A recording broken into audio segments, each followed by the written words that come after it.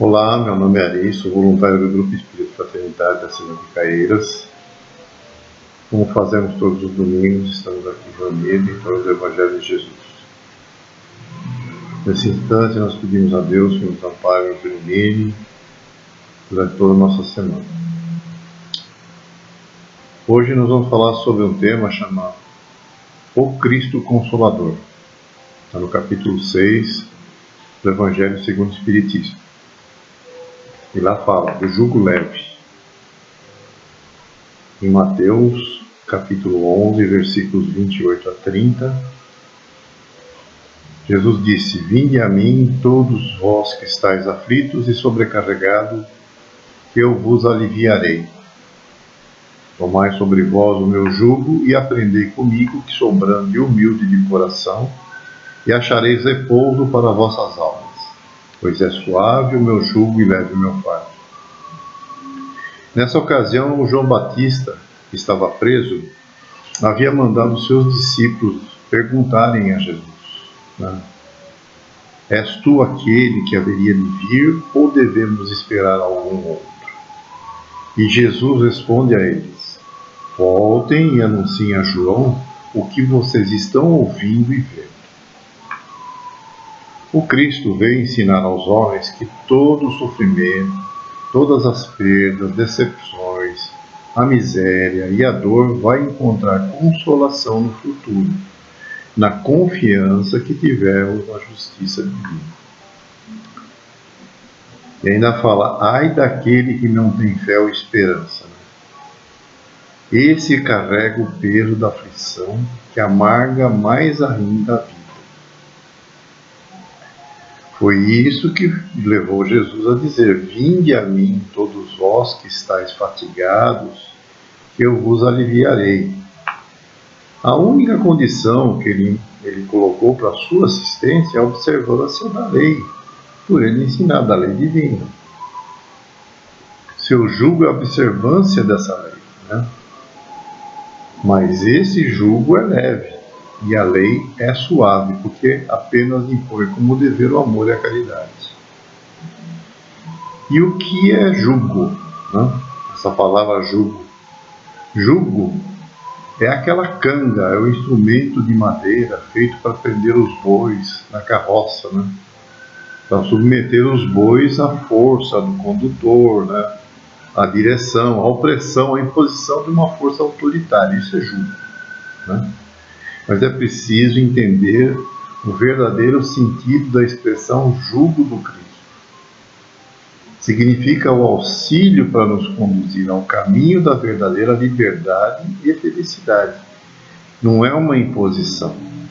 Dominar pela força, obrigação, como é ainda interpretado erroneamente e foi no passado. Ainda ele fala lá em Mateus 11, 28 a 30, Vinde a mim todos que estáis cansados, sob o peso do vosso fardo, e vos darei descanso. Tomai sobre vós o meu jugo e aprendei de mim, porque sou manso e humilde de coração, e encontrareis descanso para as vossas almas. Pois o meu jugo é suave e o meu fardo é leve. A gente vê novamente naquela imagem dos bois com aquela canga, puxando o peso. Esse é um convite que Jesus para irmos até Ele, pois indo até Ele seremos aliviados. E assim, esse ir até Ele não basta somente ir a um templo religioso, um centro espírita, que só a presença física não resolve nada. A gente tem que estar lá em espírito também, que só assim a gente vai receber o justo remédio para as nossas dores. As pessoas elas querem receber sem se esforçar para isso, elas esperam um milagre. Elas vão nas igrejas, nos centros, nos templos, esperando o milagre. Elas não querem se esforçar. E assim, muitos quando estão nesses recintos, estão ouvindo a preleção, a palestra, a pregação, o pensamento está longe, está fora dali. Está longe dos ensinos do mestre. Eles estão mais próximos do relógio. As pessoas estão pensando que elas vão fazer depois. Isso em qualquer lugar, em todos os lugares. Né? Não vem a hora de ir embora. Né? E a observação dessa prática e a prática desses ensinos que Jesus nos traz, que vai ser vital para a gente fortalecer a nossa saúde espiritual para enfrentar os desabores. A gente tem que aprender a ser manso, a ser humilde, a ter paciência e tolerância, a ter misericórdia, né? Compaixão, aprender a praticar caridade durante nosso dia a dia, nossa vida, para a gente receber o alívio que Jesus nos promete. Né? E a responsabilidade que Jesus nos pede é o aprendizado da lei de Deus. Né? Esse é o seu fardo, a prática dessa lei, ela está aí. Né? A pessoa sofre porque ela ultrapassa essas leis, ela não vê o limite, né? E aí tem o sofrimento. Então por isso que ele fala, seu jugo é suave, seu fardo é leve, é só observar a lei. E a doutrina espírita, em relação, como ele fala, Jesus disse que ele não enviaria um consolador prometido, a doutrina espírita consegue cumprir esses aspectos. Né? Que a nossa tarefa como espírita é propagar os ensinos de Jesus, de sua forma mais simples, né? Sem dogma, sem ritual, sem nada. Né? O mestre ensinou a todos um código de renovação moral que a gente pode aplicar e deve aplicar no nosso cotidiano, né? Transportando a verdadeira religião, né, que a gente tem, do confinamento dos templos, né, das casas, das igrejas, para a prática da reforma íntima do ser no dia a dia. Tem um livro do Caminho, Verdade e Vida, o trecho Lágrimas, 172, e novamente ele repete: vinde a mim, todos os que saem cansados e oprimidos, eu os aliviarei. Jesus, ele espalhou na terra alegria, fortaleza de ânimo. Não? Você não vê Jesus reclamando da vida, chorando pelo canto. E assim, muitos hoje em dia reclamam, argumentam contra a lágrima. Não chora, né? Deixa de sofrer. É contra a lágrima e contra o sofrimento. Contra radicalmente, tá? Não pode chorar, não pode sofrer, não pode ficar falando, né? Só que esquece que se a Terra fosse realmente um paraíso, né, ninguém ia estar chorando. Ela não é um paraíso. O sofrimento ainda existe, e muito. Né?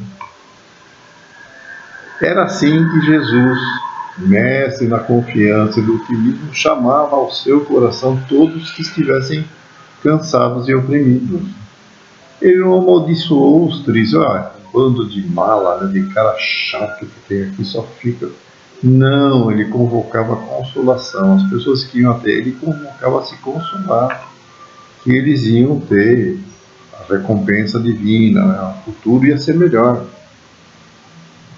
Muitos acham ainda que a lágrima é um sintoma de fraqueza espiritual, mas esquecem. Maria chorou no Calvário. O Pedro chorou depois que ele negou 3 vezes, que ele percebeu que o mestre havia dito que ele o negaria. Ele chora depois que nega.